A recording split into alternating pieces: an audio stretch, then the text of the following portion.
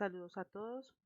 En este video vamos a continuar estudiando el capítulo 2 que veníamos estudiando en clase. En esta ocasión es el estudio de las tensiones que se desarrollan en un punto al interior del sólido. En este capítulo vamos a trabajar la sección 2.1 que trata de todas las tensiones o de los esfuerzos que se desarrollan en un sólido. Vamos a hacer una breve descripción de qué es un esfuerzo y cómo lo podemos expresar dependiendo de la forma en que estudiemos las fuerzas desarrolladas al interior del sólido. Entonces, se entienden por esfuerzos o tensiones a aquellas fuerzas que se desarrollan de manera interna por unidad de área del sólido, que se generan al aplicárseles una fuerza externa y que éstas tiendan a deformar el sólido. Ahora, estas tensiones que se desarrollan pueden ser o no uniformes y se pueden interpretar como una reacción a las fuerzas externas que se le aplican al sólido. Ahora, ¿cuáles son las características que tienen estos esfuerzos o estas tensiones?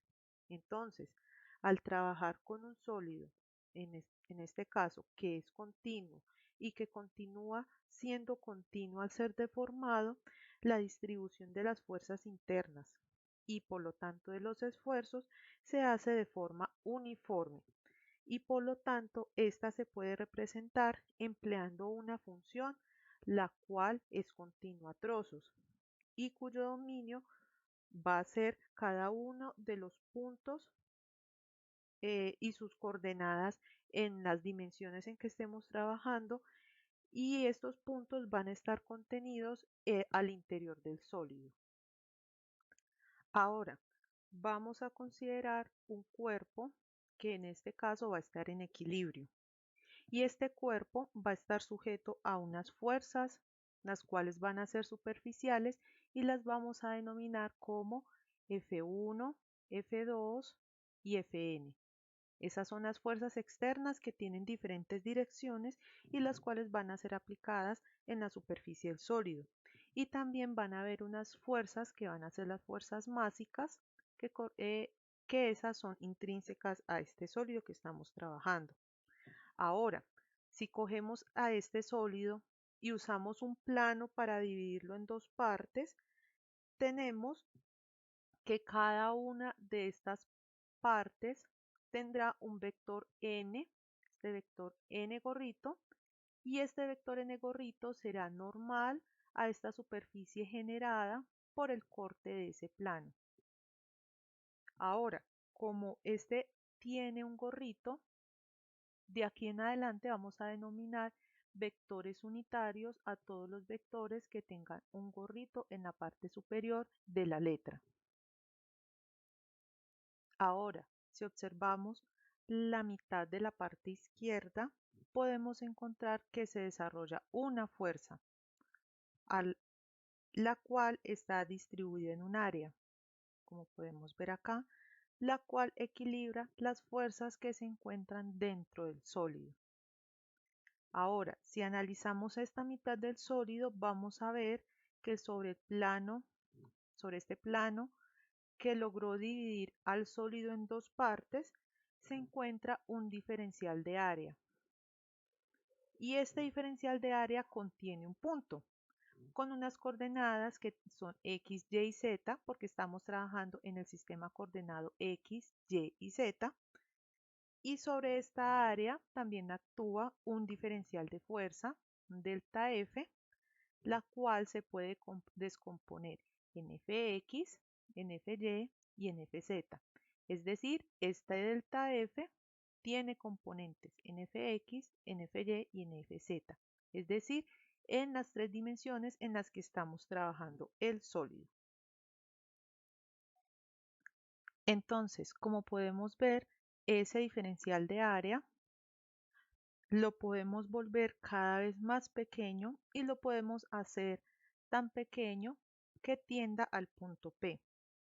Entonces, los esfuerzos que se encuentren alrededor del punto P y que estén asociados siempre al vector n gorrito, los vamos a expresar de la siguiente forma, con este principio que se llama el principio de esfuerzos de Cauchy. Entonces, los vectores de esfuerzos, en este caso que será el vector Q, y el vector delta F, son vectores que siempre van en la misma dirección y sentido, y como podemos ver, estos pueden tomar una dirección diferente a la dirección y al sentido que tenga el vector n gorrito.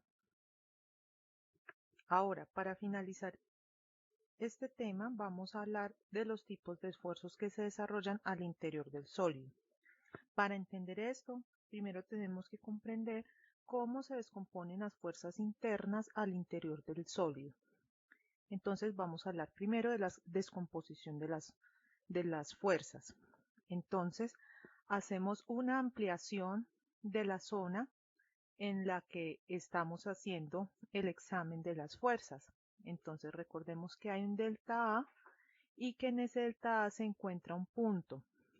Y sobre ese punto se desarrolla una fuerza interna a la que nosotros denominamos un delta F, un diferencial de F.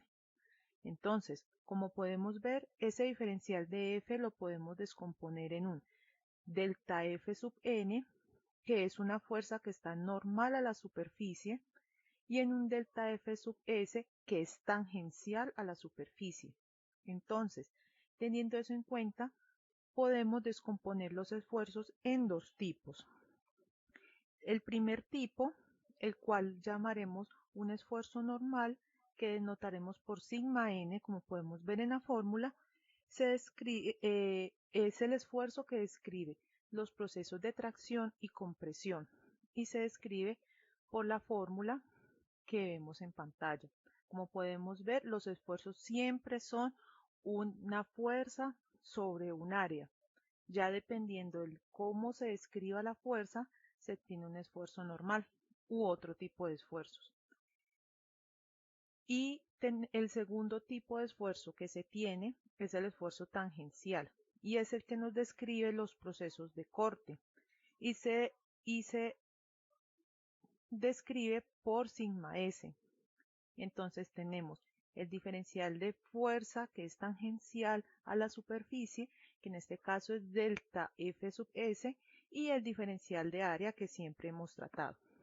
Ahora, como la fuerza principal, el delta F, lo podemos descomponer en dos fuerzas, entonces el esfuerzo también lo podemos descomponer como la suma de dos vectores, teniendo en cuenta esta descomposición vectorial.